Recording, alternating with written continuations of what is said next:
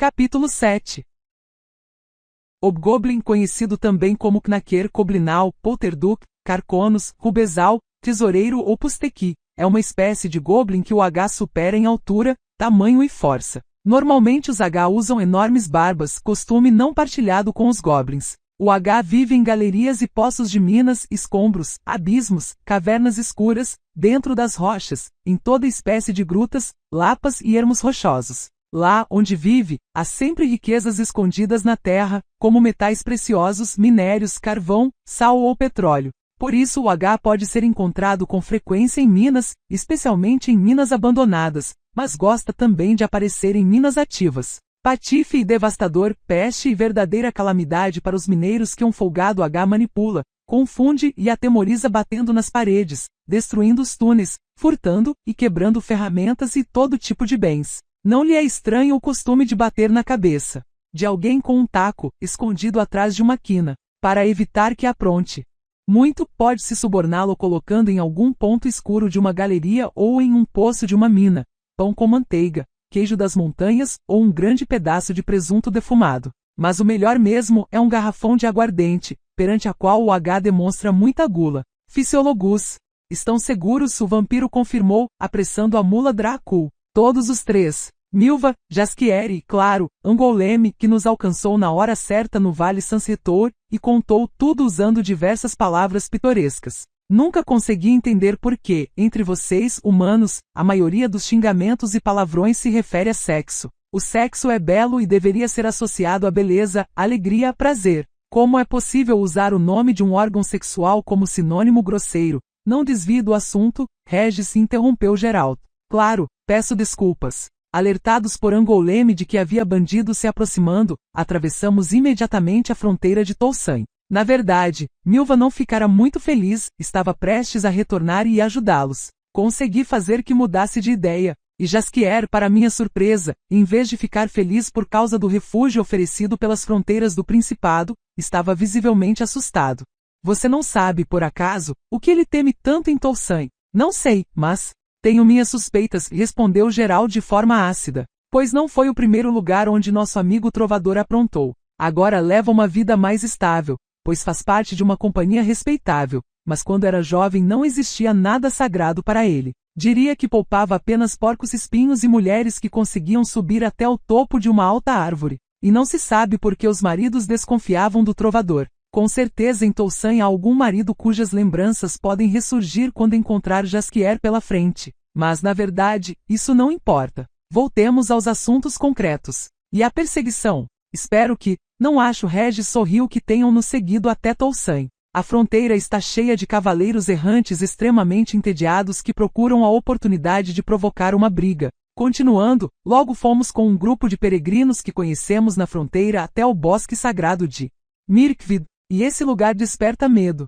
Mesmo os peregrinos e doentes que viajam de lugares distantes até Mirkwood à procura de cura hospedam-se num conjunto habitacional perto do bosque. Nem se atrevem a adentrá-lo. Segundo dizem, quem se atrever a entrar no carvalhal sagrado acabará assado a fogo lento na boneca de palha. Geralt respirou fundo. Será? Claro, mais uma vez o vampiro não deixou que terminasse. Os druidas estão no bosque de Mirkwood. Esses que antigamente viviam em Angren, em Caed-du, e depois se deslocaram até o lago Mondui e finalmente para Mirkwood, em Toussaint. Fomos predestinados a chegar até eles. Não lembro, mas já falei que isso nos foi predestinado? Geralt expirou fundo. Cair que estava atrás dele, também. Seu conhecido está entre esses druidas? O vampiro sorriu de novo. Não é um conhecido, é uma conhecida, esclareceu. Claro, está entre eles. Foi até promovida. Agora lidera todo o círculo. Hierofanta? Flamínica. Este é o título mais alto dos druidas quando se trata de uma mulher.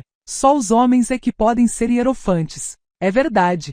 Já havia me esquecido. Entendo que Milva e os outros estão agora sob os cuidados da Flamínica e do círculo. O vampiro, como de costume, respondeu à pergunta enquanto ela estava sendo formulada e logo em seguida continuou a responder as perguntas ainda não formuladas. No entanto, fui às pressas ao encontro dela, pois aconteceu algo misterioso. A Flamínica, a quem comecei a apresentar nosso assunto, não deixou que eu terminasse o relato. Declarou que sabia de tudo e que já esperava nossa chegada fazia algum tempo. Como? Eu também não consegui esconder o espanto. O vampiro parou a mula, ergueu-se nos estribos, olhou em volta. Está procurando algo ou alguém? Perguntou Cair. Não, já achei. Vamos descer das celas. Preferia que nos apressássemos. Desçamos. Já explico tudo. Tiveram que falar mais alto para se comunicar ao som da cascata que caía de uma grande altura sobre a parede rochosa de um precipício. Embaixo, onde a cascata formou um lago de tamanho considerável, abria-se o buraco negro de uma caverna.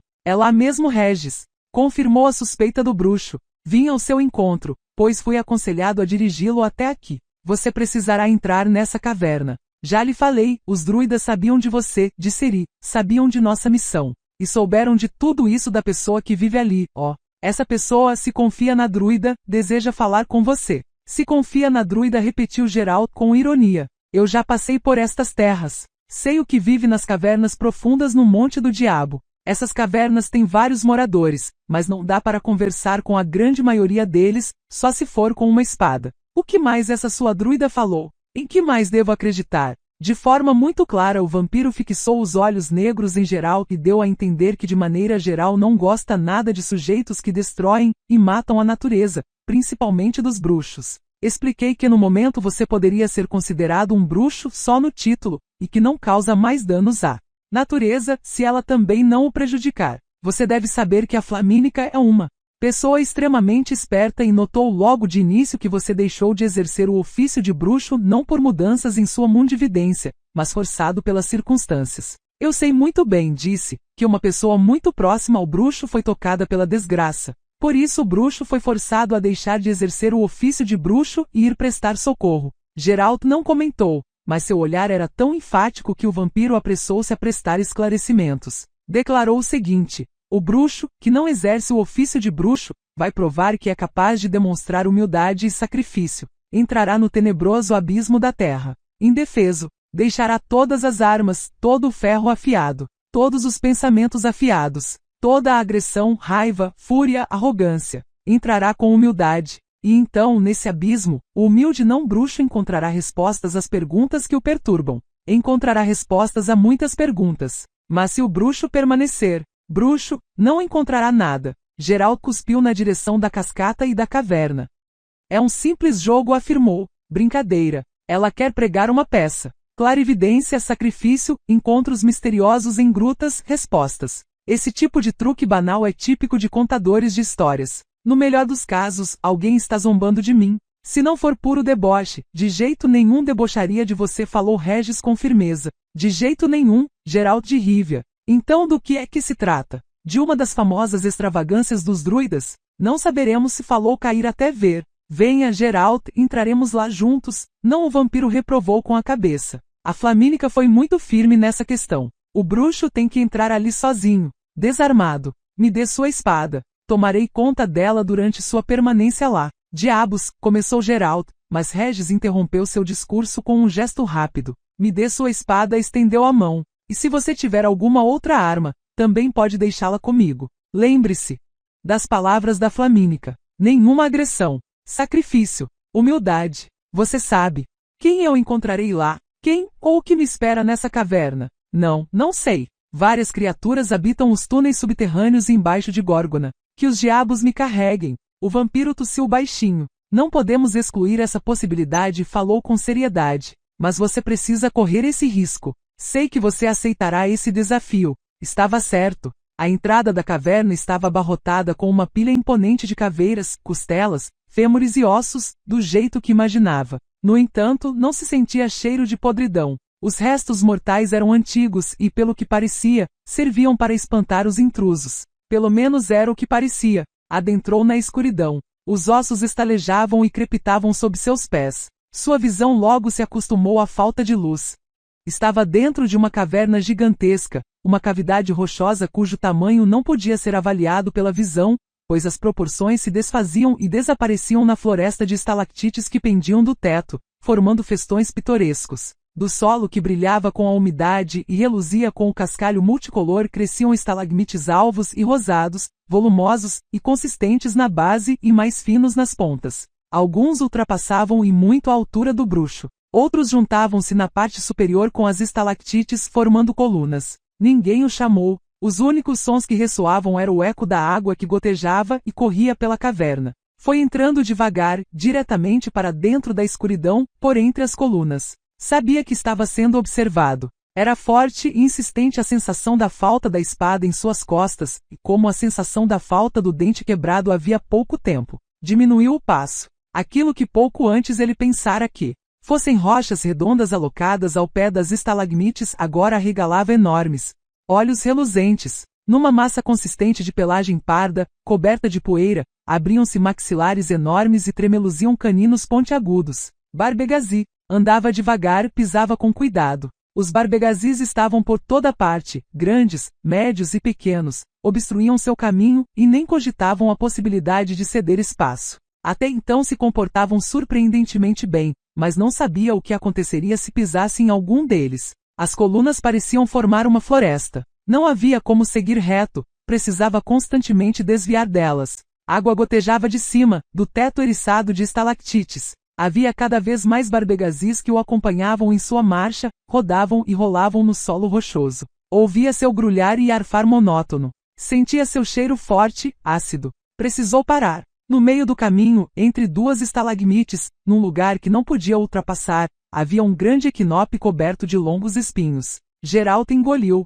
Em seco. Sabia muito bem que um equinope era capaz de atirar espinhos a uma distância de 10 pés e que esses espinhos tinham uma característica especial. Ao penetrarem no corpo, quebravam, e suas pontas afiadas mergulhavam cada vez mais fundo, até chegarem a um órgão sensível. Bruxo estúpido é. Ouviu na escuridão. Bruxo covarde é. Está com medo, hehe. A voz parecia peculiar e estranha, mas Geraldo já ouvira aquele tipo de voz inúmeras vezes. Criaturas que não estão acostumadas a comunicar-se usando a fala articulada se expressavam assim, acentuavam as palavras de forma estranha, e alongavam as sílabas de um jeito esquisito. Bruxo estúpido, oh! Bruxo estúpido, oh! Segurou-se para não fazer nenhum comentário. Mordeu os lábios e passou pelo equinope com cuidado. Os espinhos do monstro ondearam feito tentáculos de uma anêmona do mar, mas só por um momento, pois logo em seguida o equinope ficou imóvel e voltou a aparecer como um grande tufo de capim do pântano. 2 enormes barbegazis rolaram, cortando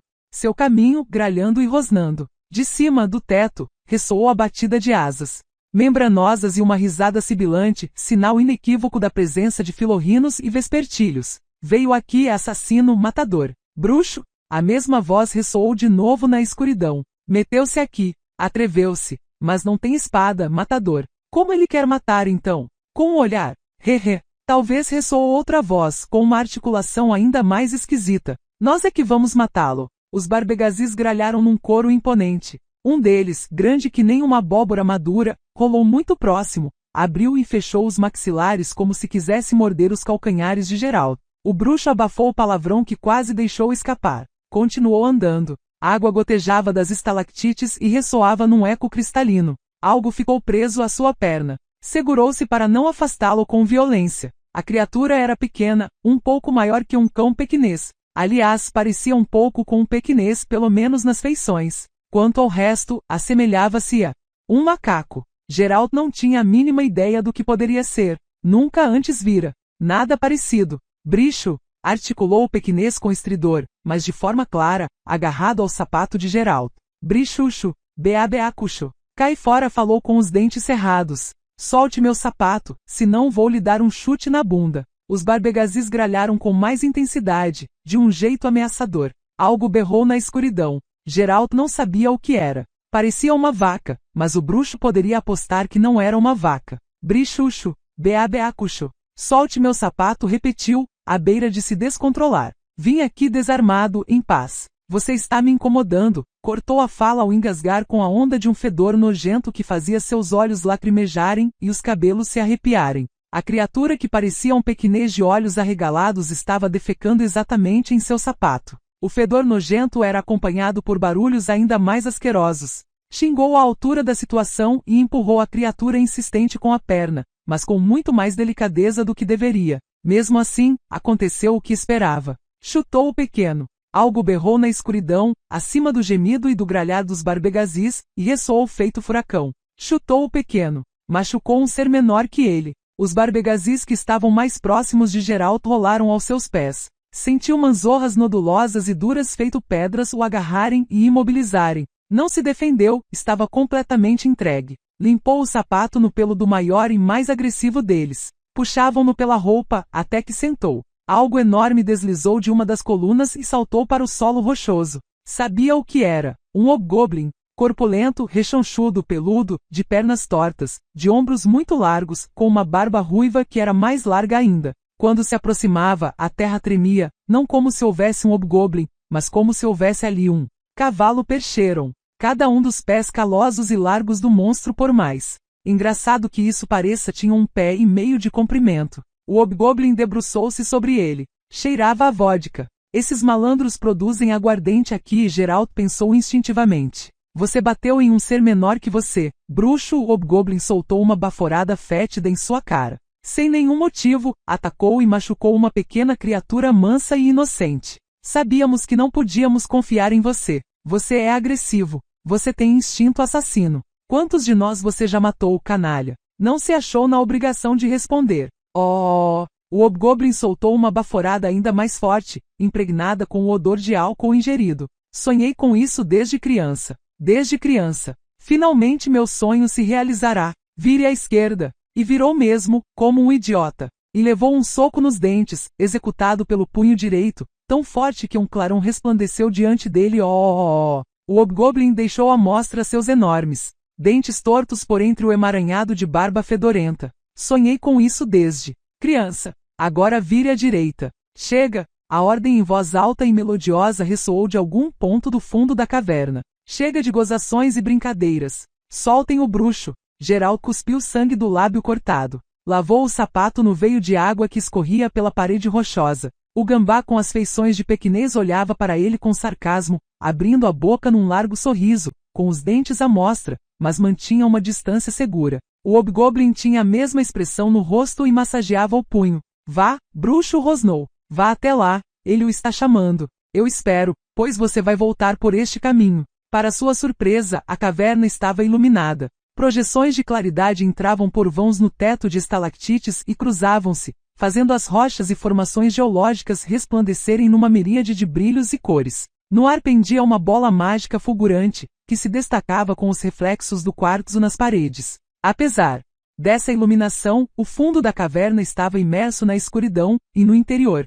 da colunata de espelhotemas estendia-se um abismo negro. Uma enorme pintura rupestre estava sendo criada na parede. Parecia ter sido preparada pela natureza especialmente para esse fim. O artista plástico era um elfo alto, de cabelos claros, vestido com uma capa salpicada de marcas de tinta. Sua cabeça parecia rodeada de uma auréola luminosa. Sente-se o elfo, com um movimento do pincel e sem desviar os olhos da obra, apontou uma pedra grande para Geralt. Não o machucaram? Não, acho que não. Você deve perdoá-los. É verdade. Preciso. São que nem crianças. Estavam muito felizes por causa de sua visita. Notei. O elfo olhou para ele apenas agora. Sente-se repetiu. Daqui a um momento estarei à sua disposição. Já estou terminando. O que o elfo estava terminando era um animal estilizado, provavelmente um búfalo. Por enquanto, apenas o contorno estava pronto desde os chifres imponentes até a cauda igualmente formosa. Geralt sentou-se na pedra indicada e jurou a si próprio que teria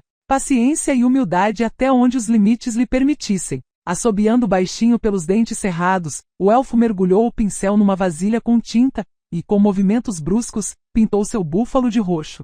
Após um momento de reflexão, desenhou listras no flanco do animal. Geralt observava em silêncio. O elfo deu um passo para trás para admirar o afresco rupestre, que apresentava uma cena de caça completa. Figuras humanas magras munidas de arcos e lanças, desenhadas com movimentos pouco precisos de pincel, a perseguir o listrado búfalo roxo, que dava saltos loucos. O que a pintura representa? Geralt não se conteve. O elfo olhou para ele num relance e colocou a ponta limpa do pincel na boca. É uma pintura pré-histórica, afirmou, feita pelos humanos primitivos que viviam nesta caverna há milhares de anos, e que se ocupavam principalmente da caça dos búfalos roxos, extintos há muito tempo. Alguns caçadores pré-históricos eram artistas, sentiam necessidade profunda de se expressar através da arte, eternizar os sentimentos que carregavam na alma. Fascinante. Claro que sim, concordou o elfo. Faz anos que seus estudiosos investigam as cavernas à procura de vestígios do homem primitivo. E toda vez que acham algo, ficam extremamente fascinados, porque encontram provas de que não são apenas seres errantes. Conseguem provar que seus ancestrais viviam aqui muitos séculos antes, demonstrando que este mundo constitui sua herança. Pois todas as raças têm direito a algum tipo de raiz, até a sua, humana, cujas raízes, contudo, devem ser procuradas no topo das árvores. Um jogo de palavras engraçado, não acha? Merece um epigrama. Você gosta de poesia? O que você acha? O que mais deveria pintar aqui? Pode munir os caçadores pré-humanos de falos enormes e eretos. Ótima ideia. O elfo mergulhou o pincel na tinta.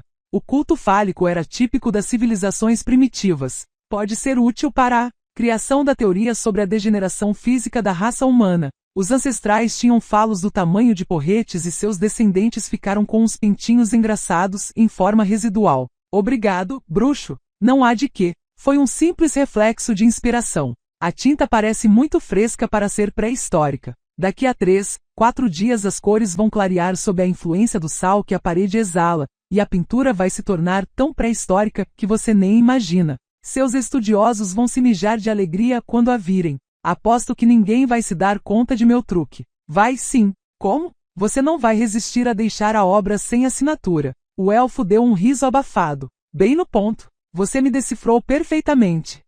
Fogo da vaidade, como é difícil um artista apagá-lo em sua alma. Eu já assinei a pintura. Aqui, isso não é uma libélula. Não. É um ideograma que representa meu nome. Chamo-me Creva Spane. A época olha macha. Por comodidade, uso o apelido Avalaca H e é assim que você pode se dirigir a mim. Certo. E você se chama Geralt de Rivia e é bruxo. Mas atualmente não mata monstros nem feras, pois está ocupado procurando moças perdidas. As notícias espalham-se com velocidade impressionante. E para terras impressionantemente longínquas. E lugares impressionantemente profundos. Você teria previsto minha visita aqui. Então, pelo que entendi, você sabe prever o futuro. Todo mundo consegue prever o futuro. A Avalaca H limpou as mãos com um pano. E todos preveem porque é muito rápido. A previsão do futuro não é nenhuma arte. A arte é acertar a previsão. Um discurso conciso, que merece um epigrama. Com certeza você sabe prever de forma certeira. Com muita frequência, sim. Caro Geralt, sei fazer muitas coisas e tenho um vasto conhecimento. Meu título científico, como vocês humanos o chamariam, comprova isso. Em sua forma completa é Ainsaeverne. Versado. Exatamente. E espero que esteja disposto a compartilhar esse conhecimento. Avalaca H.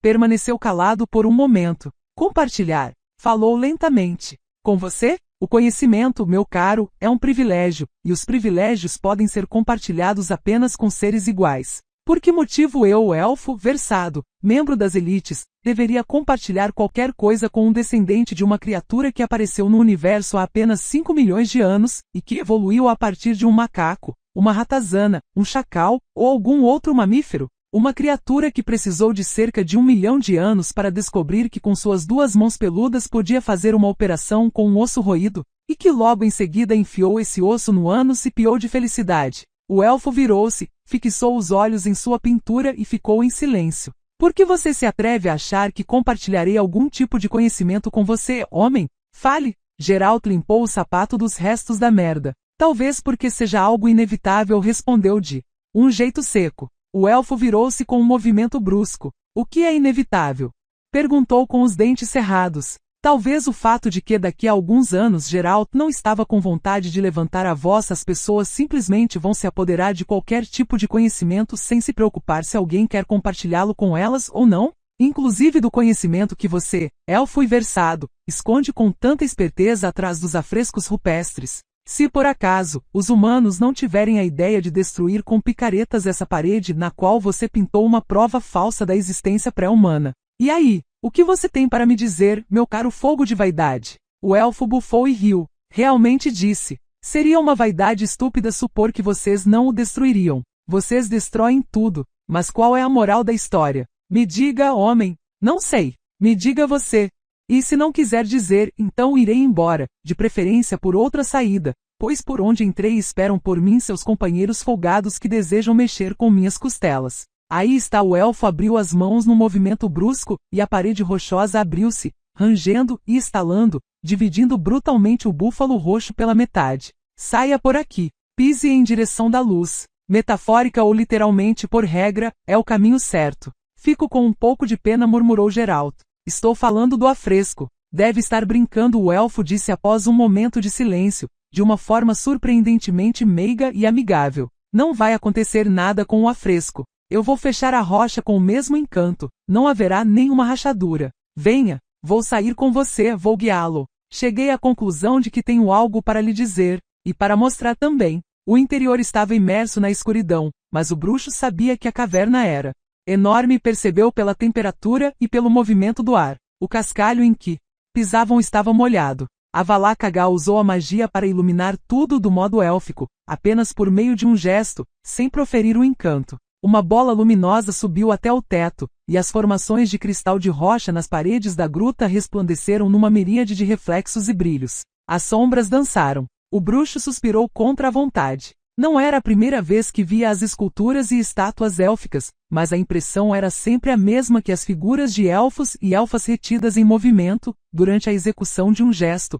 não eram obras criadas por um escultor, mas sim o efeito de um feitiço poderoso capaz de transformar o tecido vivo em mármore branco de Amel. A estátua mais próxima era de uma elfa sentada sobre suas pernas encolhidas, em uma laje de basalto. A elfa virava a cabeça como se tivesse sido alertada de algo pelo sussurro dos passos que se aproximavam. Estava completamente nua. O mármore branco e polido, de um brilho leitoso, fazia que se sentisse o calor que emanava da estátua. Avallac'h Agha parou e encostou-se em uma das colunas que marcavam o caminho entre as estátuas. Pela segunda vez falou em voz baixa: você me decifrou de forma inteligente, Geralt. Você tinha razão. A pintura do búfalo na parede era uma camuflagem para desencorajar alguém a quebrar a parede. Meu objetivo era proteger tudo isto de roubo e devastação. Todas as raças, inclusive a élfica, têm direito a raízes. O que você está vendo são nossas raízes. Por favor, pise com cuidado. Na verdade, isto é um cemitério. Os reflexos da luz que dançavam por entre os cristais de rocha iluminavam outros detalhes que emergiam da escuridão. Atrás da aldeia de estátuas viam-se colunatas, escadas, claustros de anfiteatros, arcadas e peristilos. Tudo de mármore branco. Quero que isto sobreviva. Avallac'h Agha retomou o discurso, parou e apontou com a mão. Mesmo se nós desaparecermos e todo o continente e todo este mundo ficarem enterrados sob uma camada de neve, gelo de 1 milha de espessura, Tir-na-Bé Araine sobreviverá. Deixaremos este lugar, mas um dia voltaremos. Nós, elfos. A Eitlinespea, a profecia Eitlinia Eglia Epa Eveni nos promete isso. Vocês realmente acreditam nela? Nessa profecia? Seu fatalismo é realmente tão profundo. Tudo foi previsto e profetizado. O elfo não olhava para ele, mas para as colunas de mármore cobertas de baixos relevos delicados como teias de aranhas. Sua chegada ao continente, as guerras, sangue élfico e humano derramado. A ascensão de sua raça, a decadência da nossa. A luta entre os governantes do norte e do sul. Eis que se levantará o rei do sul contra os reis do norte e inundará suas terras como num dilúvio. Elas serão devastadas e seu povo, destruído. E assim começará o fim do mundo. Você se lembra do texto de Itlina, bruxo? Quem estiver longe morrerá de peste. Quem estiver próximo será derrubado pela espada. Quem se salvar morrerá de fome. Quem sobreviver, será derrotado pelo frio. Pois chegará. Tedeiread, tempo do fim, tempo da espada e do machado, tempo do desprezo. Tempo do frio branco, a época da selvageria lupina, poesia. Você prefere que seja menos poético? Como consequência da alteração do ângulo de inclinação dos raios solares, haverá um deslocamento, e grande, do permafrost. Estas montanhas serão esmagadas e empurradas para o sul pelo gelo vindo do norte. Tudo será coberto por uma camada de neve branca que ultrapassará a grossura de 1 milha. E fará muito, mas muito frio. Usaremos cuecas grossas, Geralt declarou sem emoção. E também casacos e gorros de pele. Você tirou essas palavras da minha boca, concordou o elfo com calma. E nessas cuecas e nesses gorros sobreviverão para um dia voltarem aqui, cavarem buracos e remexerem estas cavernas para destruir e roubar. A profecia de Itlina não fala sobre isso, mas eu sei. Não há como destruir os humanos e as baratas, sempre sobreviverá pelo menos um casal. Quanto a nós, elfos, Itlina é muito mais incisiva, sobreviverão apenas os que seguirem a andorinha. A andorinha, o símbolo da primavera, é a salvadora, aquela que abrirá a porta proibida e mostrará o caminho da salvação, e tornará possível o renascimento do mundo. A andorinha, a criança do sangue antigo. Então é Ciri? Geralt não se aguentou. Ou a criança de Ciri. Como? E por quê? A Valak H parecia não ouvir. A andorinha do sangue antigo repetiu. De seu sangue. Venha, e olhe. A estátua apontada por Valak H distinguia-se até das outras estátuas incrivelmente realistas, capturadas em movimento ou fazendo gestos. Era a estátua de uma elfa branca de mármore, semideitada numa laje. Parecia recém-desperta, prestes a sentar ou levantar. Seu rosto estava virado para um lugar vazio a seu lado, e sua mão erguida parecia tocar em algo invisível. No rosto da elfa percebia-se uma expressão de sossego e felicidade.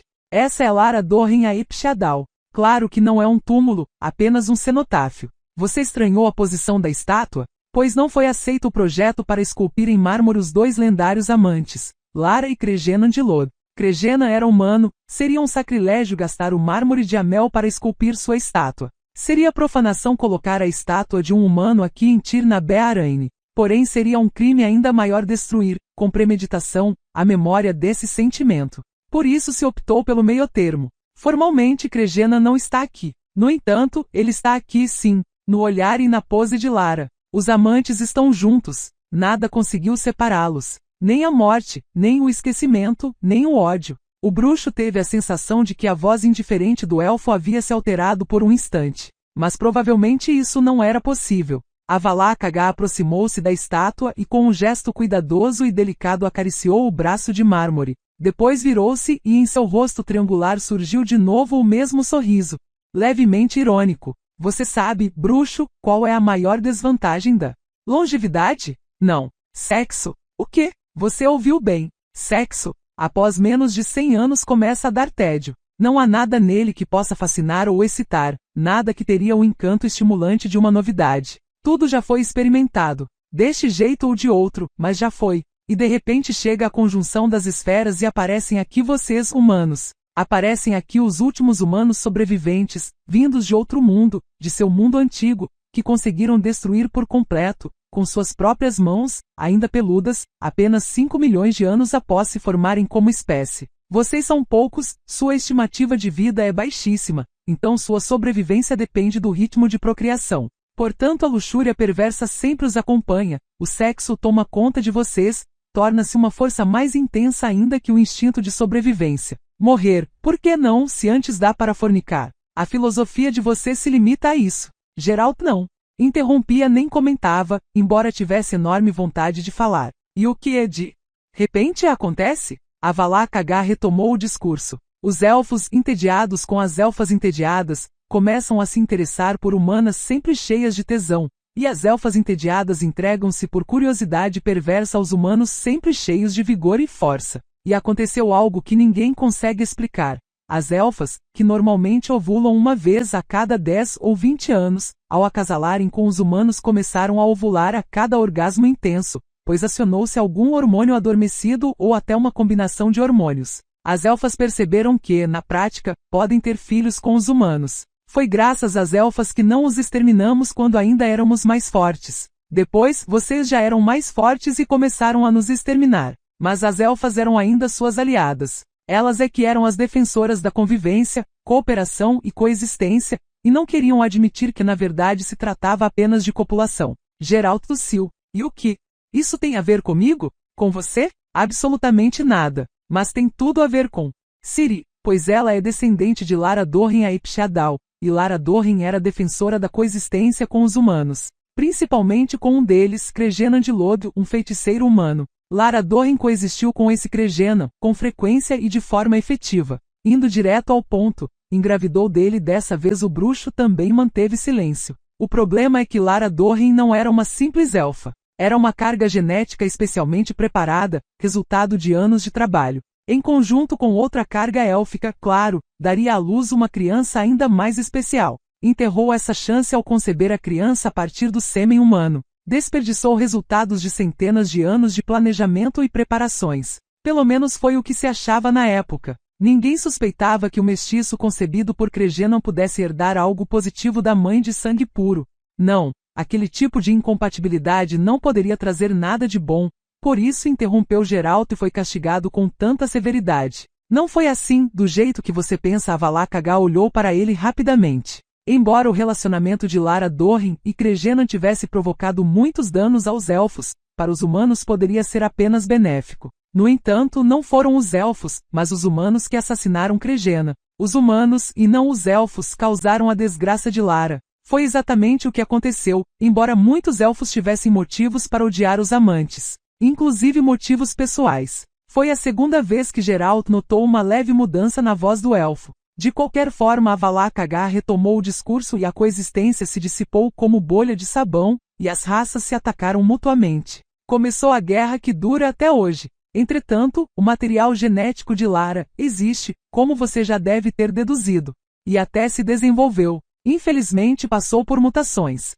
Sim, sua seria um mutante. Nem dessa vez o elfo foi lisonjeado com um comentário. Claro que seus feiticeiros estavam envolvidos nisso, formando casais a partir de espécimes criados, mas eles também perderam o controle. Poucas pessoas sabem como o material genético de Lara Dorren renasceu com tanta força em Ciri, e o que foi o estupim. Acho que Vilgefortz sabe, aquele mesmo que quebrou seus ossos em Tanned. Os feiticeiros que conduziram experiências com os filhos de Lara e Rhiannon, e que durante algum tempo mantiveram uma criação regular não chegaram aos resultados desejados, ficaram entediados e desistiram da experiência. Mas a experiência continuou, embora dessa vez por conta própria. Ciri, a filha de Pavetta, neta de Calante, tetraneta de Rhiannon, era a verdadeira descendente de Lara Dorren. Vilgefortz soube disso, talvez por acaso. Enlir Varemreis, o imperador de Nilfgaard, também sabe. E você também. Eu sei até mais do que eles dois. Mas isso não importa.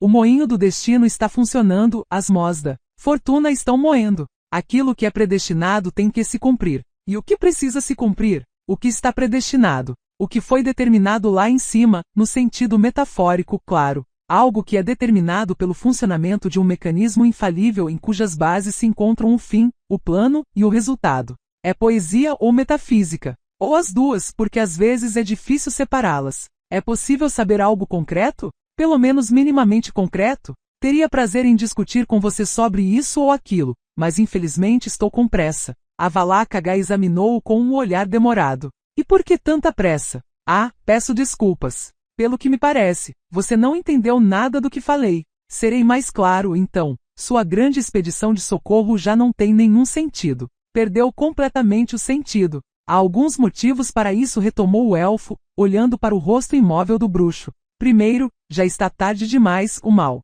substancial já foi feito, você já não é capaz de salvar a menina. Segundo, agora, já que está no caminho certo, a andorinha conseguirá se virar sozinha, pois carrega em si uma força poderosa demais para temer qualquer coisa. Sua ajuda é dispensável. E terceiro, continuo ouvindo Avallac'h o tempo todo. Terceiro, outra pessoa vai ajudá-la agora. Você por acaso não é tão arrogante para achar que o destino juntou essa menina apenas com você? É tudo. É adeus, então. Espere. Já falei. Estou com pressa. Vamos supor por um momento, falou o elfo com calma, que eu sei de fato o que vai acontecer, que prevejo o futuro. E se eu lhe falar que o que tem que acontecer vai acontecer de qualquer jeito, independentemente dos seus esforços e das suas iniciativas? E se eu lhe comunicar que poderia procurar algum lugar sossegado no mundo e ficar lá, sem fazer nada, esperando pelas consequências inevitáveis dos acontecimentos, você decidiria fazer algo assim? Não. E se eu lhe comunicar que sua atividade, que comprova a falta de confiança nos mecanismos infalíveis do fim, do plano e do resultado, pode mudar algo, embora a probabilidade seja mínima, pode de fato mudar algo, mas apenas para pior? Você repensará o assunto? Ai, já vejo pela sua cara que não. Então simplesmente perguntarei: por quê? Você quer mesmo saber? Quero, porque simplesmente não acredito em seus lugares comuns sobre fins, planos e resultados dos criadores. Tampouco acredito em sua famosa profecia de Itlina e em outros vaticínios. Saiba que os considero tão mentirosos quanto sua pintura rupestre. Um búfalo roxo, Avallac'h. Nada mais do que isso. Não sei se você não sabe ou não quer me ajudar. Mas não guardo rancor. Você diz que não sei ou não quero ajudá-lo. E como poderia ajudar? Geralt pensou por um momento, absolutamente consciente do fato de que tudo dependia da formulação adequada da pergunta. Recuperarei Ciri? A resposta foi instantânea. Recuperará. Só para perdê-la logo em seguida. E para sempre. Antes que isso aconteça, perderá todos que o acompanham. Você perderá um de seus companheiros dentro das próximas semanas, talvez até dias. Ou horas. Obrigado. Ainda não terminei. A consequência direta e instantânea de sua interferência nas mãos do fim e do plano será a morte de dezenas de milhares de pessoas, o que, no fundo, não tem grande importância, já que logo depois dezenas de milhões de pessoas perderão a vida. O mundo, do jeito que você o conhece, simplesmente desaparecerá, deixará de existir, para renascer de forma completamente alterada após o tempo necessário. No entanto, ninguém tem nem terá nenhuma influência sobre isso. Ninguém pode prevenir ou reverter. Nem você, nem eu, nem os feiticeiros, nem os versados, nem Seri. O que você acha disso? Um búfalo roxo. De qualquer forma, agradeço a Valak-H. Mesmo assim, o elfo deu de ombros. Estou um pouco curioso com o que uma pedrinha que cai dentro do mecanismo das Mós é capaz de fazer. Posso ajudá-lo em mais alguma coisa? Acho que não. Pois, como suponho, você não pode me mostrar Seri, não é? Quem falou isso? Geralt segurou a respiração. A Valak-H dirigiu passos rápidos em direção à parede da caverna, fazendo sinal para que o bruxo o seguisse. As paredes de Tir na Bearaine têm propriedades excepcionais, apontou para os cristais de rocha reluzentes. E eu, sem querer me gabar, tenho capacidades excepcionais. Coloque suas mãos em cima disto. Fixe o olhar. Concentre-se. Pense que ela precisa muito de você agora. E declare mentalmente a vontade de ajudá-la. Pense que você quer correr para socorrê-la, estar ao seu lado, algo assim. A imagem deverá surgir sozinha. E deverá ser nítida. Olhe, mas não tenha reações bruscas. Não diga nada. Será uma visão, e não uma comunicação. Obedeceu. As primeiras visões, apesar da promessa, não eram nítidas. Eram embaçadas, mas tão violentas que recuou instintivamente. Uma mão cortada no tampo da mesa. O sangue borrifado. Numa superfície de cristal. Esqueletos em cima de carcaças de cavalos. Yennefer algemada. Torre. Uma torre negra. E atrás dela, no fundo, a aurora boreal? E de súbito, sem aviso, a imagem tornou-se nítida. Nítida demais. Jaskier. Geralt gritou. Milva. Angoleme. Hein? A Valak-H interessou-se. Pois é. Parece que você estragou tudo. Geralt saltou para trás, afastando-se da parede da caverna, quase tropeçando no pedestal de basalto. Não importa, diabos! Gritou. Escute, a Valak-H, preciso chegar o mais rápido possível até essa floresta dos druidas, Caed Mikved. Acho que sim. Meus companheiros estão em sério perigo. Estão lutando pela vida. Também há outras pessoas em perigo. Por onde posso chegar o mais rápido? Diabos! Preciso voltar para pegar o cavalo e a espada. Nenhum cavalo, o elfo interrompeu com calma, conseguirá levá-lo até o bosque de Mirkwood antes do anoitecer. Mas eu ainda não terminei. Vá pegar essa sua famosa espada e eu lhe arrumarei um corcel. Um ótimo corcel para as trilhas nas montanhas. Diria que é um corcel um tanto atípico, mas graças a ele você chegará a Caed Mirkwood em menos de meia hora. O Hobgoblin fedia que nem um cavalo e ali terminavam as semelhanças. Uma vez Geralt assistiu a uma competição de montar muflões, organizada pelos anões em Marrakon, que parecia um esporte absolutamente radical. Mas apenas agora, sentado nas costas de um Hobgoblin que corria feito louco, conhecia o verdadeiro radicalismo. Encravava os dedos naquele pelo áspero e apertava os flancos peludos do monstro com suas coxas para não cair. O Hobgoblin fedia a suor, urina e vodka. Corria feito louco, a terra tremia sob as batidas de seus pés gigantescos, como se as solas fossem feitas de bronze. Subia as encostas diminuindo a velocidade apenas minimamente e descia por elas com tanta velocidade que o ar zunia nos ouvidos do bruxo. Corria por arestas, trilhas e cornijas tão estreitas que geral apertava as pálpebras para não olhar para baixo. Galgava cachoeiras, cascatas, precipícios e fendas que um muflão não atravessaria, e cada salto bem-sucedido era acompanhado de um berro selvagem e ensurdecedor. Isto é, mais selvagem e mais ensurdecedor que de costume, pois o Hobgoblin berrava praticamente sem parar. Não corra tão rápido. A força do ar empurrava as palavras de volta para a garganta. Por quê? Você bebeu. Uau! Corriam desatadamente. O ar silvava nos seus ouvidos. O Hobgoblin fedia. Silenciou o zunir dos pés gigantes sobre a rocha, chocalharam os amontoados rochosos e o cascalho solto. Depois o solo ficou menos pedregoso, e num relâmpago passou algo que podia ser um pinheiro das montanhas. Depois houve relances de algo que era verde e castanho, pois o Hobgoblin passava por uma floresta de abetos, galgando-a a passos loucos. O cheiro de resina misturou-se ao fedor do monstro. Uau! Os abetos ficaram para trás, as folhas caídas farfalharam. Agora tudo estava coberto de tons de rubro, vinho, ocre e amarelo. Mais devagar. Uahahalhanha. Com um salto, o hobgoblin galgou uma pilha de árvores caídas. Geralt quase perdeu a língua ao bater os dentes. A corrida selvagem terminou de forma tão repentina como começou. O hobgoblin encravou os pés na terra, berrou e deixou o bruxo cair no solo coberto de folhas. Geralt ficou deitado por um momento, incapaz até de xingar, por causa da falta de ar. Depois levantou-se, uivando e massageando o joelho que voltara a doer. Você não caiu, o hobgoblin observou, e sua voz demonstrava surpresa. Parabéns. Geralt não comentou. Chegamos, o hobgoblin apontou com a pata peluda. Essa é Caed Mikvid. Abaixo deles havia um vale hermeticamente coberto de neblina. Apenas o topo das grandes árvores aparecia no meio da bruma. Essa névoa não é natural, o hobgoblin antecipou a pergunta, fungando. Além disso, dá para sentir a fumaça que vem de lá. Eu me apressaria, se fosse você.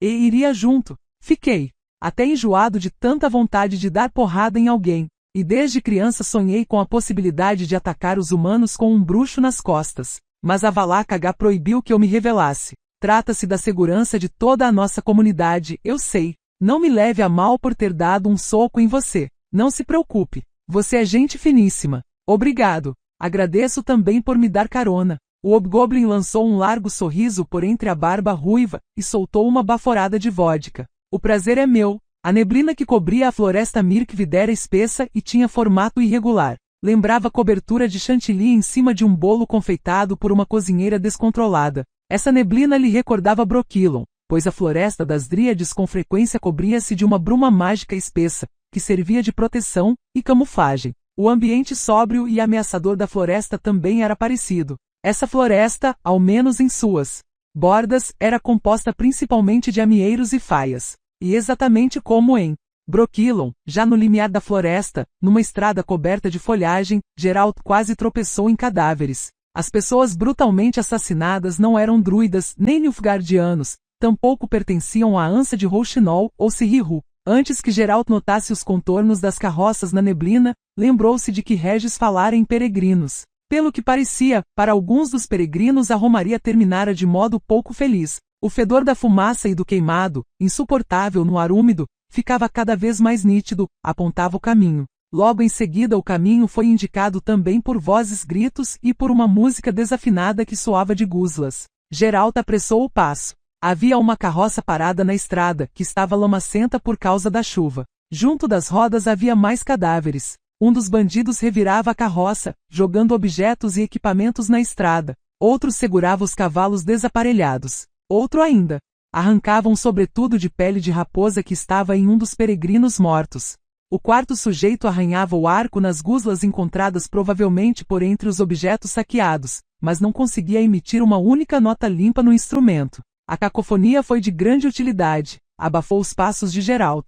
A música silenciou bruscamente, as cordas das guslas soltaram um gemido aflito, o salteador desabou sobre a folhagem e sujou-a com sangue. O sujeito que segurava os cavalos nem teve tempo de gritar, pois o cial cortou sua traqueia. O terceiro não conseguiu saltar da carroça, caiu berrando com a artéria femoral dilacerada. O último conseguiu até desembainhar a espada, mas não teve tempo de levantá-la. Geralt tirou o sangue do sulco da espada com o polegar. Sim, filhote, se disse olhando para a floresta e para o lugar de onde vinha o cheiro de fumaça. Não foi uma boa ideia. Não deveriam ter escutado Rouxinol nem Sirihu. Deveriam ter ficado em casa. Pouco depois deparou-se com outras carroças e outros cadáveres. Entre os numerosos peregrinos perfurados e mortos a machadadas havia também druidas de vestimenta branca manchada com sangue. A fumaça proveniente de um incêndio não muito afastado rastejava próxima do solo. Dessa vez os salteadores estavam mais atentos. Conseguiu surpreender por trás apenas um deles, ocupado em tirar anéis e pulseiras cafonas das mãos ensanguentadas de uma mulher assassinada.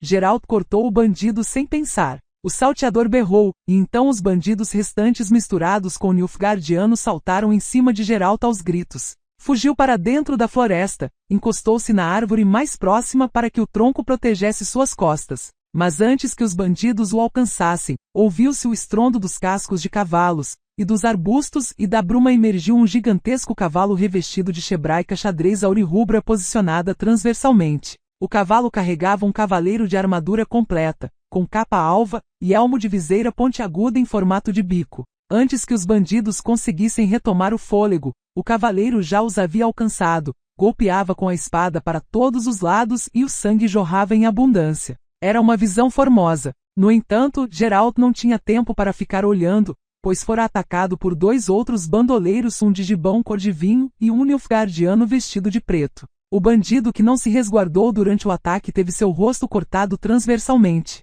O nilfgaardiano, quando viu dentes voando, fugiu e desapareceu no meio da neblina. Geralt quase foi derrubado pelo cavalo de Chebraica xadrez que corria solto sem o cavalariano. Saltou pelo mato sem demora até o lugar de onde vinham gritos, maldições e estrondo. Os 3 bandidos haviam puxado o cavaleiro de capa branca da cela, e agora tentavam matá-lo. Um deles, em pé e com as pernas escarranchadas, executava golpes com um machado, outro com uma espada. E o terceiro, pequeno e ruivo, pulava junto deles feito uma lebre, procurando uma ocasião e uma fresta para enfiar uma lança. O cavaleiro derrubado berrava de forma incompreensível de dentro do elmo, e defendia-se dos golpes com o escudo que segurava com as 2 mãos. O escudo abaixava-se a cada golpe do machado, quase chegando a se apoiar sobre a gorjeira. Era óbvio que após mais 1 ou 2 golpes desses as tripas do cavaleiro sairiam respingando por todas as brechas da armadura. Geralt saltou até o redemoinho em 3 passos, cortou a nuca do ruivo que pulava com a lança e rasgou a barriga do sujeito que segurava o machado. O cavaleiro, ágil apesar da armadura, golpeou o terceiro bandido no joelho com a beira do escudo, e uma vez caído deu 3 socos na cara dele com tanta força que o sangue salpicou o broquel. Ficou de joelhos, foi apalpando o solo por entre as samambaias à procura da espada, zumbindo feito um enorme sangão de metal. De repente viu Geralt e gelou. Estou nas mãos de quem? Buzinou de dentro do elmo. De ninguém. Esses que jazem aqui também são meus inimigos. O cavaleiro tentava levantar a viseira, mas a chapa estava toda torta e o mecanismo se travou. Pela honra, sou extremamente grato por sua ajuda. Eu é que agradeço, pois foi o senhor que veio me socorrer. O senhor está falando sério? Quando não viu nada, Geralt pensou. Não me viu pelas perfurações dessa panela de ferro. Como o senhor se chama? O cavaleiro perguntou. Geralt. De Rívia. Qual é seu brasão? Não é hora, senhor cavaleiro, para falar sobre heráldica. Pela honra, o senhor é justo. Valente cavaleiro Geralt o cavalariano achou sua espada e levantou-se. Em seu escudo todo rachado, assim como na chebraica do cavalo, via-se o ornamento de xadrez auri-rubra em cujo campo se alternavam as letras A e H. Não é meu brasão de família, falou em esclarecimento. Essas são as iniciais de minha suzerana, a duquesa Ana. Henrietta. Eu me chamo Cavaleiro Xadrez. Sou um cavaleiro errante. Não posso revelar meu nome ou brasão. Prestei juramento de cavaleiro. Pela honra, mais uma vez agradeço por sua ajuda. O prazer é meu. Um dos bandidos caídos gemeu e se remexeu nas folhas. O cavaleiro xadrez saltou até ele e encravou-o no chão com um golpe poderoso. O bandoleiro remexeu os braços e as pernas feito uma aranha atravessada por um alfinete. Precisamos nos apressar, falou o cavaleiro. Ainda há assaltantes aqui. Pela honra, ainda não chegou a hora de descansar. É verdade, admitiu Geralt. O bando ainda perambula pela floresta matando peregrinos e druidas. Meus amigos estão correndo risco. Dê licença por um instante, senhor. O segundo bandido ainda dava sinais de vida. Também foi impetuosamente atravessado com a espada e deu uma cambalhota tão grande com as pernas erguidas que seus sapatos saíram voando. Pela honra, o cavaleiro xadrez limpou a espada no musgo. É difícil esses malandros se despedirem da vida. Não estranhe o fato, cavaleiro, de eu acabar com a vida dos feridos. Pela honra, antigamente não o fazia. Mas esses canalhas se recuperam com tanta rapidez que a um homem honesto resta apenas invejá-los. Comecei a acabar com eles desde quando tive que lidar com o mesmo bandido 3 vezes seguidas. Quero dizer, acabar definitivamente. Entendo. Como o senhor está vendo, sou um cavaleiro errante. Mas, pela honra, não sou insensato. Oh, meu cavalo voltou. Venha cá, bucéfalo. A floresta tornou-se mais espaçosa e clara. Começaram a dominar carvalhos enormes de copas grandes, embora escassas. Agora já sentiam de perto a fumaça e o fedor. E viram o incêndio logo em seguida. Um pequeno conjunto habitacional estava em chamas. Todos os seus casebres com telhado de palha queimavam. Estavam em chama as lonas das carroças entre as quais jaziam cadáveres, muitos deles de vestimenta branca de druidas, visível de longe. Os bandidos e nilfgaardianos atacavam uma casa grande sustentada por pilotis e apoiada no tronco de um gigantesco carvalho. Emitiam gritos e escondiam-se atrás de carroças que empurravam. A casa fora construída com troncos firmes, e em seu telhado de madeira bem inclinado deslizavam, sem provocar nenhum dano, tochas jogadas pelos salteadores. A casa cercada defendia-se e revidava. Geralt viu um dos bandidos aparecer de trás da carroça, e logo desabar no chão com uma flecha enfiada na cabeça, como se tivesse sido atingido por um relâmpago. Seus amigos, o cavaleiro xadrez brilhou com sua capacidade de dedução, devem estar nesse edifício. Pela honra, estão em apuros. Avante, precisamos socorrê-los. Geralt ouviu gritos e ordens e reconheceu o bandido Rouxinol, com o rosto enfaixado. Viu também, por um instante, o meio-elfo Serriru, que se escondia atrás das costas dos Nilfgaardianos vestidos de capas negras. De repente, ressoaram as cornetas. O som foi tão intenso que folhas começaram a cair dos carvalhos. Retumbaram os cascos dos corcéis da cavalaria, reluziram as armaduras e espadas da tropa em ataque. Os bandidos correram aos gritos, espalhando-se por todos os lados. Pela honra, berrou o cavaleiro xadrez esporeando o cavalo. São meus companheiros. Chegaram antes de nós. Ataquemos para que um pouco de fama também se derrame sobre nós. Atacar, matar. O cavaleiro xadrez, galopando em bucéfalo, foi o primeiro a alcançar os bandidos em fuga. Num instante dilacerou 2 e dispersou os restantes como um açor dispersa os pardais. 2 viraram e deram de frente com Geralt, que chegava correndo, e acabou com eles num átimo. O terceiro bandido atirou nele com um Gabriel. Os Gabriéis, as bestas em miniatura, foram inventados e patenteados por um tal de Gabriel, artesão de Verden. Fazia publicidade deles com o mote "Autodefenda-se". A criminalidade e a violência estão disseminando-se, dizia a propaganda. A lei é fraca e impotente. Autodefenda-se. Não saia de casa sem uma cômoda besta da marca Gabriel. Gabriel é seu guarda. Gabriel defenderá você e toda a sua família contra o bandido. As vendas batiam recordes. Em pouco tempo todos os bandidos usavam Gabriéis que provaram ser de grande comodidade na hora dos assaltos. Geralt era bruxo e sabia esquivar-se de uma seta. Contudo, esqueceu-se de seu joelho dolorido. Atrasou-se com a esquiva por um polegar, e a ponta em forma de folha acabou rasgando sua orelha. A dor o cegou, mas só por um momento. O salteador não conseguiu empinar a besta e autodefender-se. Geralt, enraivecido, golpeou-o nas mãos e em seguida estripou-o com um extenso corte do cial. Não deu tempo nem de limpar o sangue da orelha e do pescoço quando foi atacado por um tipo pequeno e ágil como uma doninha. Seus olhos tinham um brilho estranho, e ele estava munido de uma saberra zerricana recurvada. Girava-a de forma tão habilidosa que todos ficaram admirados. Conseguiu se defender de 2 golpes de Geralt, e o aço nobre de ambas as lâminas tinia e soltava faíscas. Doninha era esperto e observador. Notou de imediato que o bruxo mancava. De imediato, começou a cercá-lo e atacar a partir do lado que lhe era favorável. Era incrivelmente veloz, e o gume da saberra ganha com os cortes executados com a perigosa arte cruzada. Geralt esquivava-se dos golpes com dificuldade cada vez maior, e mancava cada vez mais, forçado a apoiar-se sobre a perna dolorida. De repente Doninha encolheu-se, saltou, esquivou-se com habilidade, executou uma finta e cortou a partir da orelha. Geralt parou o golpe transversalmente e rebateu. O bandido deu meia volta numa esquiva habilidosa. Já procedia de uma posição de rebaixamento para a execução de um traiçoeiro corte baixo, quando, de súbito, arregalou os olhos, deu um espirro forte e se melecou todo, baixando a guarda por um momento. Num relâmpago, o bruxo cortou seu pescoço. O gume alcançou as vértebras. Quem disse que o uso de narcóticos não é nocivo? Arfou, olhando para o cadáver. Tomado por convulsões. O bandido que o atacava com o porrete erguido tropeçou.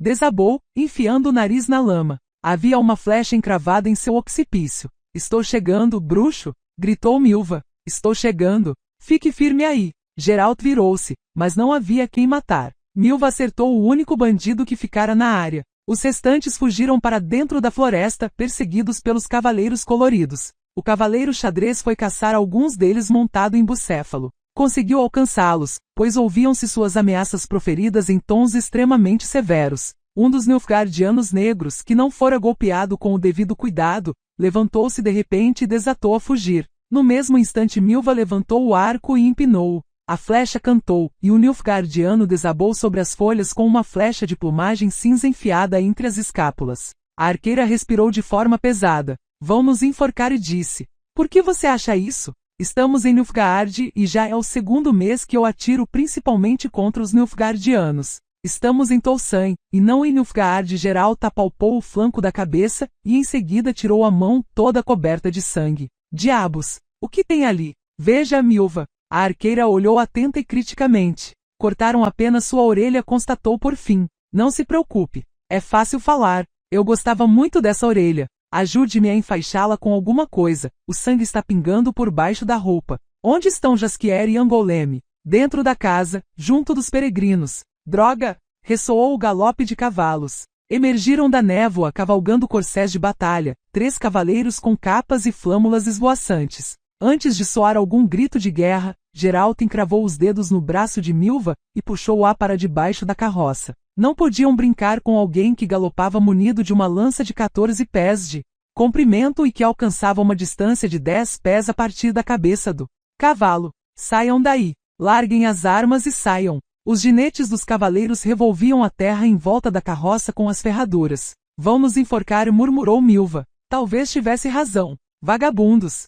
Um dos cavaleiros, que usava o emblema de cabeça de touro num campo prateado em seu escudo, soltou um berro zunidor. Canalhas! Pela honra, vocês serão enforcados. Pela honra! Outro, que carregava o escudo todo em tom azul celeste, soltou com uma voz de jovem. Vamos dilacerá-los aqui mesmo. Ei, parem! O cavaleiro xadrez montado em bucéfalo emergiu da névoa. Finalmente conseguiu levantar a viseira enviesada do elmo, sob a qual agora aparecia um bigode claro e abundante. Soltem eles, já! Gritou. Não são salteadores, são gente justa e honesta. A moça defendeu os peregrinos com valentia. E esse senhor é um bom cavaleiro. Um bom cavaleiro. Cabeça de Touro levantou a viseira e fitou Geralt com um olhar incrédulo. Pela honra! Não pode ser! Pela honra! O cavaleiro xadrez bateu o punho encouraçado contra o peitoral. Pode ser, sim. Dou minha palavra. Este valente cavaleiro salvou minha vida quando estava em apuros, derrubado no chão pelos bandidos. Chama-se Geralt de Rivia. Qual é seu brasão? Não posso revelar, e resmungou o bruxo, nem o verdadeiro nome, nem meu brasão. Fiz um juramento de cavaleiro. Sou Geralt errante. Oh! De súbito, ouviu-se o grito de uma conhecida voz insolente. Vejam o que o gato trouxe. Eu lhe disse, titia, que o bruxo viria nos resgatar. E em boa hora! Gritou Jaskier, que vinha acompanhado de Angoleme e um grupo de peregrinos assustados e de seu alaúde e inseparável tubo. Nem um segundo adiantado. Você tem bom senso de dramatismo, Geralt. Deveria escrever peças de teatro. Repentinamente ficou em silêncio. Cabeça de Touro debruçou-se na cela e seus olhos brilharam. Vice-conde Julian, barão de Peirac-Peira. Mais 2 cavaleiros emergiram de trás dos carvalhos. Um deles, que usava um elmo parecido com uma panela, adornado por uma efígie muito bem feita de um cisne com as asas abertas, levava 2 cativos presos num laço. O outro cavaleiro errante, mas prático, preparava as forcas e procurava um galho adequado. Nem Rouxinol, nem Sirihu Angoleme notou o olhar do bruxo. Que pena, Geralt admitiu, mas nós tentaremos consertar isso, senhor cavaleiro. Porém Cabeça de Touro, ou melhor, barão de Peirac-Peira, não prestava atenção nele. Parecia que via apenas Jaskier. Pela honra, falou alongando as sílabas. Não estou enganado. É o senhor vice-conde Julian em sua própria pessoa. A duquesa vai ficar feliz. Quem é o vice-conde Julian? O bruxo ficou curioso. Sou eu, Jaskier disse em voz baixa. Não se meta nisso, Geralt. A senhora Anarieta vai ficar feliz, repetiu o barão de Peirac-Peira. Pela honra. Vamos levá-los todos ao castelo Belclair. Mas sem desculpas, vice-conde. Não quero ouvir desculpas. Uma parte dos salteadores já fugiu. Geralt permitiu-se adotar um tom bastante frio. Primeiro proponho apanhá-los. Depois é que pensaremos no que fazer com um dia que começou de forma tão interessante. O que acha, senhor barão? Pela honra, disse Cabeça de Touro, não dará em nada. A perseguição é impossível. Os criminosos fugiram para o outro lado do riacho, e nós nem podemos pisar lá, nem se fosse por um filete do casco do cavalo. Aquela parte da floresta de Mirkwood constitui um santuário intocável, pelos acordos feitos entre os druidas e sua graça duquesa Ana Henrietta, que governa em Tolsan com toda a sua bondade. Os bandidos fugiram para lá, diabos! Interrompeu Geralt, tomado de raiva. Eles vão matar nesse santuário intocável. E o senhor está falando de acordos. Nós demos nossa palavra de cavaleiro. Pelo que parecia, o barão de Peirac-Peira mereceria uma cabeça de burro no escudo, no lugar da cabeça de touro. Não se pode. Acordos. Não podemos nem pisar no território dos druidas. Quem não pode, bufou Angoleme, puxando os 2 cavalos dos bandidos pelas rédeas. Deixe de papo, bruxo. Vamos, eu ainda tenho as contas para fazer com Rouxinol e você, pelo que me parece, ainda queria conversar com o meio-elfo. Eu vou com vocês, disse Milva. Vou procurar uma égua para mim. E eu também, balbuciou Jaskier. Eu também vou com vocês, de jeito nenhum, clamou o barão Cabeça de Touro. Pela honra, o senhor vice-conde Julian vai conosco para o castelo Belclair. A duquesa não nos perdoaria se não o levássemos até ela depois de encontrá-lo. Não vou segurar os senhores restantes, estão livres para realizar seus planos e desejos. Por serem companheiros do vice-conde Julian, seriam recebidos com honras e dignamente por sua graça Narieta, mas já que desprezam sua acolhida, não é questão de desprezo, interrompeu Geralt, reprimindo com um olhar severo Angoleme, que fazia vários gestos ofensivos e desprezíveis com o cotovelo dobrado atrás das costas do barão. Nem de longe se trata de desprezar. Não deixaremos de prestar reverência e as devidas honras à duquesa. Mas primeiro resolveremos uma coisa que precisamos resolver. Nós também demos nossa palavra. Pode-se dizer que também fizemos acordos. Quando os cumprirmos, nos dirigiremos imediatamente ao castelo Belclair. Iremos até lá, com certeza. Até para averiguar que nenhuma desonra ou despeito sejam causados a nosso companheiro Jaskier, enfatizou o bruxo. Perdão, Júlia, pela honra. O barão riu de súbito. Nenhum despeito ou desonra serão causados ao vice-conde Júlia, posso assegurar com minha palavra. Esqueci de avisar, vice-conde, que há 2 anos o duque Raimundo faleceu de apoplexia. Ah! Gritou Jaskier de súbito e radiante. O duque bateu as botas. Que notícia formidável! Isto é, quer dizer, fico triste e lamento, aceitem meus pêsames pela perda. Que descanse, em paz. Se for assim, então vamos a Belclair o quanto antes, senhores. Cavaleiros, Geralt e Milva, Angoleme, nos veremos no castelo. Atravessaram o riacho, deixaram os cavalos na floresta, entre os extensos carvalhos e samambaias que chegavam até os estribos. Milva achou os rastros do bando em fuga sem dificuldades. Foram o mais rápido possível, pois Geralt estava preocupado com os druidas. Temia que os outros integrantes do bando, sentindo-se seguros, desejassem vingar-se dos druidas pela derrota causada a eles pelos cavaleiros errantes de Tolsain. Que sorte a de Jaskier, hein? Falou Angoleme de repente. Quando fomos cercados naquela casa pelo bando de Rouxinol, ele me confessou o que temia em Tolsain. Eu imaginava isso, o bruxo falou. Só não sabia que ele almejava tão alto. Senhora duquesa, hein? Aquilo aconteceu há alguns anos. E o duque Raimundo, aquele que esticou as canelas, teria jurado que arrancaria o coração do poeta, mandaria assá-lo, servi-lo à duquesa infiel. No jantar e a forçaria a comê-lo. Jaskier teve sorte de não cair em suas mãos. Quando ainda estava vivo. Nós também temos sorte, ainda veremos. Jaskier afirma que essa duquesa Narieta morre de paixão por ele. Jaskier sempre diz a mesma coisa. Calem a boca. Rosnou Milva, apertou as rédeas e estendeu a mão para pegar o arco. Um bandido corria à toa por entre os carvalhos. Ia em sua direção, sem gorro, desarmado, cegamente. Corria, tropeçava, caía, levantava-se e voltava a correr. E gritava com voz fina, de forma assustadora, horrível. O que está acontecendo? Estranhou Angoleme. Milva esticou a corda do arco em silêncio. Não atirou, esperou até que o bandido, que corria exatamente em sua direção, como se não os visse, se aproximasse. Passou entre o cavalo do bruxo e de Angoleme. Viram seu rosto, branco e contorcido pelo horror, viram seus olhos esbugalhados. Que diabos! Repetiu Angoleme. Milva sacudiu-se, espantada, virou-se na sela e atirou uma flecha no lombo do fugitivo. O bandido berrou e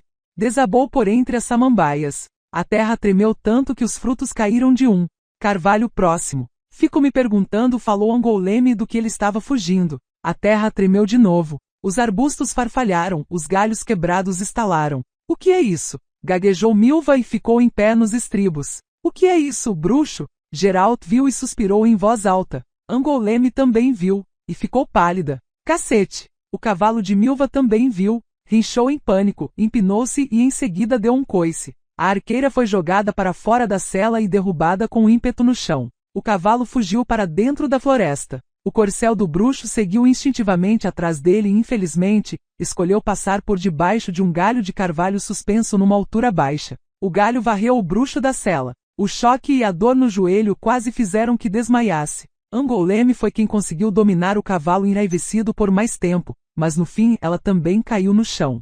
Na fuga, seu cavalo fugiu e quase derrubou Milva, que estava tentando se levantar. E foi então que viram o que ia na direção deles, e deixaram de estranhar o pânico dos animais. O monstro lembrava uma árvore gigantesca, um extenso carvalho secular. Talvez até fosse mesmo um carvalho, mas era um carvalho atípico. Em vez de ficar na clareira por entre as folhas e os frutos caídos, em vez de deixar que os esquilos subissem e os pintarroxos cagassem nele, esse carvalho marchava pela floresta, batia as roliças raízes e mexia os galhos. O tronco rechonchudo tinha aproximadamente 4 metros de diâmetro, e a cavidade aberta dentro dele não parecia uma cavidade, mas uma boca, pois se abria e fechava emitindo um som que lembrava a batida de uma porta pesada. Embora a terra tremesse sob seu espantoso peso e tornasse impossível manter o equilíbrio, o monstro ultrapassava os buracos com agilidade admirável. E não fazia sem objetivo. Viram o monstro agitar os ramos, dar uma varrida com os galhos e, com a mesma agilidade com que uma cegonha pesca um sapo escondido por entre o capim, retirar um bandido que se escondia numa cova. O bandoleiro preso pelos galhos ficou suspenso entre os ramos, uivando de um jeito que despertava pena. Geralt notou que o monstro já carregava 3 bandidos apanhados da mesma maneira, e um Nilfgaardiano. Fujam, gemeu tentando levantar-se, mas sem efeito. Parecia que alguém estava metendo em seu joelho um prego incandescente com batidas rítmicas de um martelo. Milva, Angoleme, fujam, não vamos deixá-lo. O carvalho monstro ouviu-os, bateu as raízes com alegria contra o solo e foi ao encontro deles. Angoleme tentava levantar Geralt, mas sem efeito. Soltou um palavrão excepcionalmente sórdido. Milva tentava posicionar a flecha na corda com as mãos trêmulas, de forma insensata. Fujam! Já era tarde demais. O carvalho monstro já estava junto deles. Paralisados pelo horror, viam agora, com nitidez sua conquista, 4 bandidos suspensos e envoltos pelos galhos.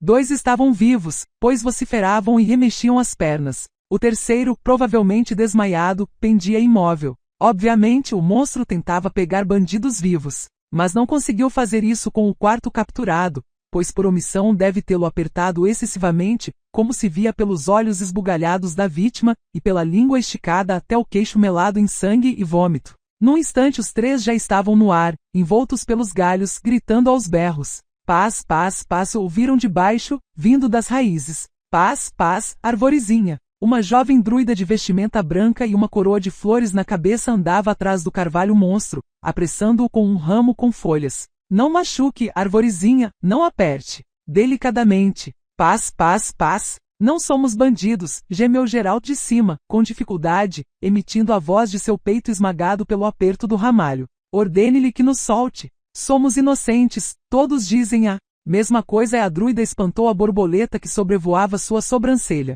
Paz, paz, paz, eu estou mijada, gemeu Angoleme. Diabos, estou toda mijada. Milva só pigarreou. Sua cabeça caiu sobre o peito. Geralt soltou um xingamento. Era a única coisa que podia fazer. O carvalho monstro correu pela floresta, instigado pela druida. Durante a corrida, todos os que estavam conscientes batiam os dentes. O impacto do som ecoava ao ritmo dos saltos dados pelo monstro. Após um breve momento, chegaram a uma ampla clareira. Geralt viu um grupo de druidas vestidos de branco, e outro carvalho monstro junto deles. Sua pesca não foi tão bem sucedida e apenas 3 bandidos pendiam de seus ramos e somente um parecia vivo. Criminosos, bandidos, gente vil. Um dos druidas, um ancião apoiado num longo bastão, falou lá de baixo. Olhem bem. Vejam que castigo espera os criminosos e homens vis no bosque de Mirkwood. Olhem bem e guardem essa imagem na memória. Vamos soltá-los para que possam contar aos outros o que verão num instante.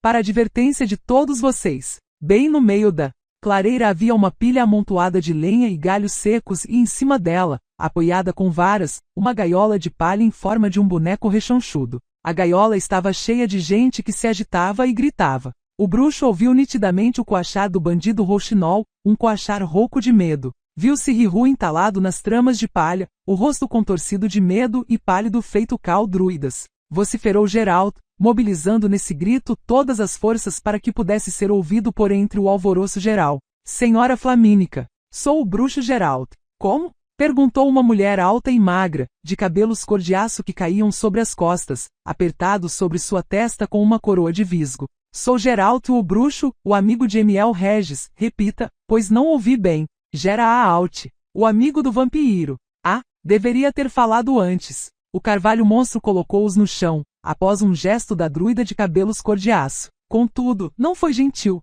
Caíram, e nenhum deles conseguia levantar-se com as próprias forças. Milva estava desmaiada, seu nariz sangrava. Geralt levantou-se com dificuldade e ajoelhou-se, debruçando-se sobre ela. A Flamínica de cabelo cor de aço ficou de lado, tossiu. Seu rosto era muito fino, até magro. Despertava associações pouco agradáveis, lembrava uma caveira encouraçada. Seus olhos azuis celestes eram meigos e afáveis. Parece que suas costelas estão quebradas, disse, olhando para Milva. Mas já vamos tratar disso. Nossos curandeiros logo lhe prestarão ajuda. Sinto muito pelo que aconteceu. Mas como eu poderia saber quem são vocês? Não os convidei a cair de Mirkwood e não lhes dei permissão para entrar em nosso santuário. É verdade que Emiel Regis atestou por vocês, mas a presença de um bruxo em nossa floresta, um assassino profissional de seres vivos, eu vou me retirar daqui sem demora, venerável Flamínica.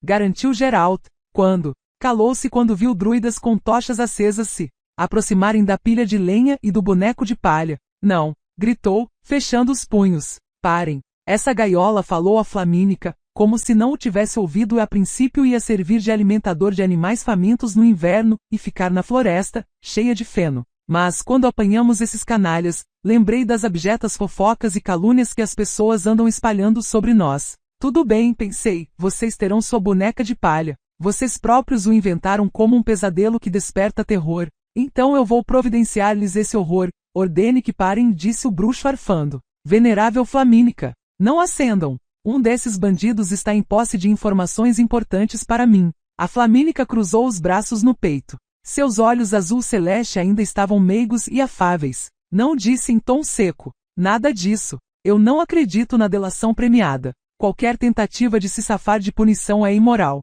Parem, gritou o bruxo. Não acendam. Pare. A Flamínica fez um gesto brusco com a mão. A arvorezinha, que ainda estava parada por perto, bateu as raízes e pousou um ramo nos ombros do bruxo. Geralt sentou-se com tudo. Acendam, ordenou a Flamínica. Sinto muito, bruxo, mas tem que ser assim. Nós, druidas, prezamos e veneramos a vida em todas as suas formas, mas poupar os bandidos é tolice. Os bandidos temem apenas o terror, portanto, vamos dar-lhes um exemplo de terror. Espero muito não ter que repetir mais esse exemplo. Os galhos secos acenderam-se num átimo. A pilha de lenha foi tomada por chamas e fumaça. Os berros e clamores vindos da boneca de palha eram aterrorizantes. Obviamente, na cacofonia fortalecida pelos estalos do fogo era impossível ouvir os gritos, mas Geralt tinha a impressão de distinguir o coachar desesperado de Rouxinol e os gritos altos e dolorosos do meio-elfo Sirihu. Tinha razão, pensou. A morte nem sempre era igual. E depois, após um intervalo extremamente longo, a fogueira e a boneca de palha explodiram piedosamente no inferno do fogo estrondoso, fogo do qual nada poderia se safar. Seu medalhão, Geralt falou a um goleme que estava a seu lado. Como? Tossiu, pois sua garganta estava apertada. O que você disse? Seu medalhão de prata com um lobo. Estava com Sirihu. Agora você o perdeu para sempre. Deve ter se fundido nessa brasa. Não há o que fazer, e disse após um instante, olhando fixo para os olhos azul celeste. Já não sou bruxo. Deixei de ser bruxo em Tanned, na Torre da Gaivota em Brokilon, na ponte sobre o Jaruga, na caverna sob Górgona, e aqui no bosque de Mirkwood. Não, eu já não sou bruxo, então terei que me virar sem o medalhão de bruxo.